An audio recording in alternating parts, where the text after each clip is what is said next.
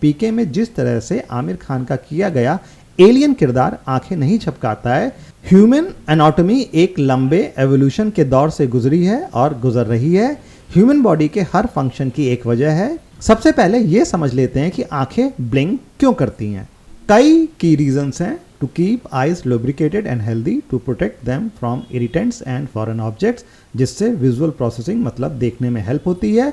Blinking also plays a role in cleaning debris and spreading tear across the eye surface, ensuring clear vision. अगर इंसान की आंखें blink ना करें, if human stop blinking, their eyes would experience rapid dehydration leading to discomfort, pain and potentially vision loss. बंदा अंधा तक हो सकता है। So his eyes started looking slightly bigger than normal and he wouldn't blink in the film. पीके का alien किरदार blink नहीं करता है तो वो अंधा क्यों नहीं हुआ? फिल्म इस लॉजिक में नहीं जाती है, बस किरदार देखने में इंटरेस्टिंग लग रहा है तो साइंस ह्यूमन एवोल्यूशन जाए भाड़ में। पीके नंगा रहता था, जो देखने में पूरा इंसान है तो जाहिर है उसका प्लेनेट भी अर्थ जैसा ही रहा होगा, तो क्या वहाँ ठंड नहीं पड़ती थी? हम इंसान कपड़े क्यों पहनते हैं उसका बायोलॉजिकल रीज़न है मौसम से खुद को बचाना, फिर वो चाहे ठंड हो, गर्मी हो या बरसात। घर बनाने के पीछे भी यही कॉन्सेप्ट है। किरदार को इंटरेस्टिंग बनाने के चक्कर में साइंस को फिल्म मेकर जिस तरह से इग्नोर करता है, ताक पर रख देता है। उस वक्त जैसा कि आदमी चाहता था या तो इंजीनियर या डॉक्टर बने, मैं इंजीनियर बनना चाहता था। क्यों बनना चाहता था? इसलिए कि सारे दोस्त बनना चाहते थे, फैमिली में इंजीनियर बनना, तो हम भी इंजीनियर बनना चाहते थे। मेरी एडमिशन कहीं नहीं हुई 12th के बाद। मार्क्स परसेंटेज इतने अच्छे नहीं थे कि कहीं एडमिशन हो सके। So you were an average student. I was an average student. Raju Hirani कभी भी साइंस के होनहार छात्र नहीं रहे हैं। एक मीडियोकर स्टूडेंट हैं और ना ही विज्ञान में उनकी कोई जिज्ञासा दिखती है।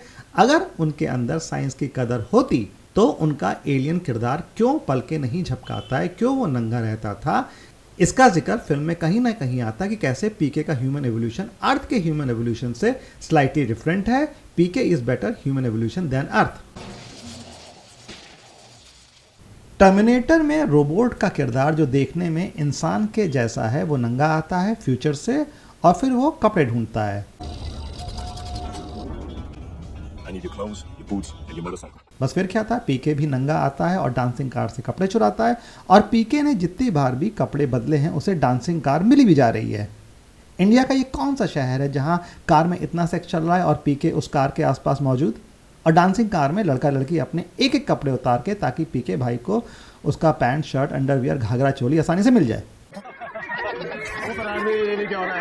पीके की आंखें अगर आम इंसान के जैसे ब्लिंक करती और वो कपड़े पहना हुआ आता तो फिल्म की कहानी में कितना फर्क पड़ता। अगर पीके छूकर इंसान के दिमाग की सारी बातें पढ़ सकता था तो बोलने का सेंस उसके अंदर कहां से आ गया, वो भी अचानक? स्टार्टिंग से पहले ही होगा।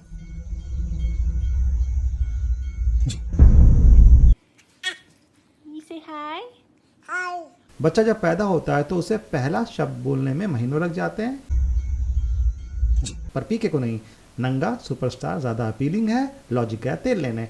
हम इंसानों ने बोलना सीखा क्योंकि सिर्फ इशारों के ज़रिए अपने थॉट्स को इमोशन और तर्क के साथ पूरा समझा पाना मुमकिन नहीं था, और ये जो बोलने लिखने पढ़ने का इंटेलिजेंस तर्क शक्ति इंसान के अंदर है, उसी के चलते सारी टेक्नोलॉजिकल एडवांसमेंट है। उसी के दम पर कैमरा टेक्नोलॉजी बनी है जिसके ज़रिए राजू हिरानी जैसे फिल्म मेकर साइंस की खिल्ली जमकर उड़ाते हैं। हमारे मन में आया तो नहीं झपकाएगा पीके आंखें।